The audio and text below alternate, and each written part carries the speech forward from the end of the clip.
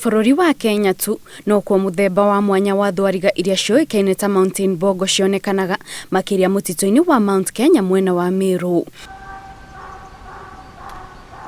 Kuona nĩ nyamũ ikoragwo igĩteithĩrĩria harĩ kũgucĩrĩria agendi na njĩra nene, rĩu abitha rũhonge rwa kũramata mĩtitũ kaunti-inĩ ya Meru nĩ mambĩrĩirie mĩhang'o ya gũcarania na nyamũ ici nyanjara-inĩ itiganĩte itemi-inĩ rĩa gũcicokia mũtitũ-inĩ wa Mount Kenya ũrĩa ũrerĩkana nĩguo warĩ mũciĩ wa thwariga ici hau kabere. What is happening, we are not just introducing species where they don't belong, but science has actually proved that Mount Kenya has been their home.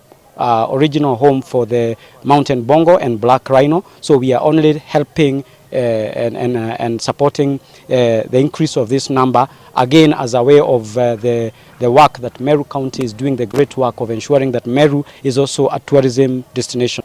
In conjunction with stakeholders like Lower Conservancy, KWS, KFS and the community CFAs, we are bringing back Mountain Bongo on Mount Kenya. Kũringana na abitha ya thwariga ici irĩ ũgwati-inĩ wa gũthira kaimana kumana na tharĩkĩra cia aikari o hamwe na agwĩmi, na nĩkĩo rĩu marenda gũcicokia mũtitũ-inĩ wa Mount Kenya kuona kũu nĩ makũhota gũcirora wega na kũgacĩrithia ũgitĩri wacio.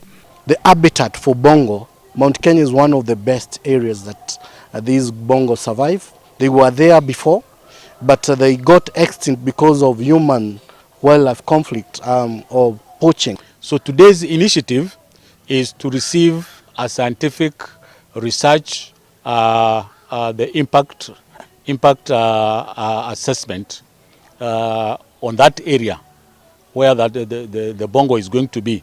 Rungu rwa mũbango ũyũ, abitha ya oho nĩ makoretwo na mĩario na arũgamĩrĩri a nyanjara imwe cia bũrũri wa Amerika kũrĩa maiguithanĩire kũrehe thwariga 25 iria irĩ bũrũri-inĩ ũcio gũkũ bũrũri-inĩ mbere ya mweri wa gatano mwaka ũyũ.